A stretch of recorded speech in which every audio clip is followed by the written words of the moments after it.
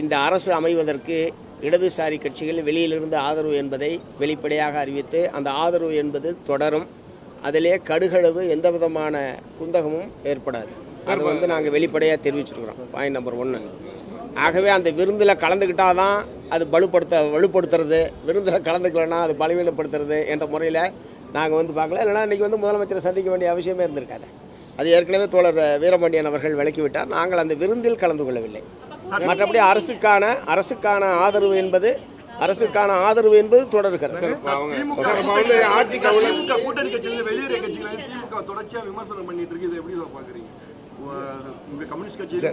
ஜனநாயகத்துக்கு நல்லது, அவ்வளவுதான். ஜனநாயகம் செழுமையடை விவாதம் நடத்துவது, விமர்சிப்பது இதெல்லாம் வந்து வழக்கமான ஒன்று தான். அது ஒன்றும் புதுசு கிடையாது.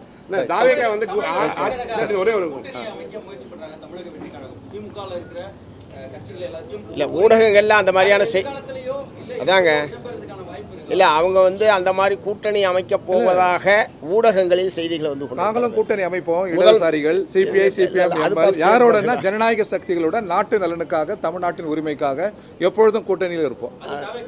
இல்லை தாவேகா தலைமையில் ஒரு புதிய கூட்டணி அமைக்கப் போவதாக ஊடகங்களில் செய்திகள் என்பது வந்து கொண்டிருக்கிறது. அது சம்பந்தமாக முதலமைச்சரோ மற்ற அமைச்சர்கள் பெருமக்களோ யாரும் எங்களிடம் எதுவும் பேசவில்லை. நாங்கள் இந்த அரசுக்கு வெளியிலிருந்து ஆதரவு என்பது தொடர்கிறது. இடதுசாரி கட்சிகள் ஒருங்கிணைப்பு குழு என்பது மாநில அளவில் ஏற்படுத்தப்பட்டிருக்கிறது.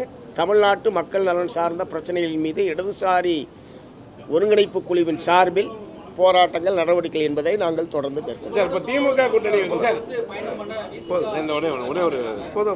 திமுக அரசு அவங்க என்ன சொல்றாங்கன்னா, சீக்கிரம் ஆட்சி கவனம் அப்படின்னு சொல்லிட்டு இருக்காங்க. அதுக்கு தகுந்தாப்போல இப்போ சட்ட நேரத்தில் என்ன வந்ததுன்னா, தாவேகாவுடைய எம்எல்ஏவை அவங்க வந்து ரேட்டு பேசினதா சொல்லி 2 பேர்த்த கைது பண்ணியிருக்காங்க. அதாவது வேற இணைக்கு வர்றதுனால இப்போ இது ஏன்னா சீக்கிரம் இவங்க வந்து ஆட்சி கவலைப்படும் சொல்லக்கூடிய சூழல், இந்த மாதிரி சூழல் நடக்கும் பொழுது இவங்க வந்து தாவேகா கூட்டம் சொல்றாங்க. அதே மாதிரி தாவேகா எம்எல்ஏவை திமுக வாங்குற மாதிரி ஒரு பேச்சடி வருது. இந்த மாதிரி 2 பேர் கைது பண்ணியிருக்காங்க. இதை என்ன நினைக்கிறீங்க? இல்லை, திரு ஸ்டாலின் அவர்கள் இந்த அரசு விரைவில் கவிழ்ந்துவிடும் என்றெல்லாம் சொல்வதெல்லாம் அவ்வளோ ஏற்புடையதல்ல. அப்படிப்பட்ட எந்த சூழலும் இப்போது தமிழ்நாட்டில் நிலவவில்லை. நாங்கள் உறுதியான ஆதரவை தெரிவித்திருக்கிறோம். மற்றவர்கள் ஆட்சியிலேயே பங்கேற்றிருக்கிறார்கள். பெரும்பான்மை இருக்கக்கூடிய நிலையில் திரு ஸ்டாலின் அவர்கள் அப்படி சொல்கிறதெல்லாம் நடக்கிறதுக்கு வாய்ப்பும் இல்லை, ஏற்புடையதும் இல்லை.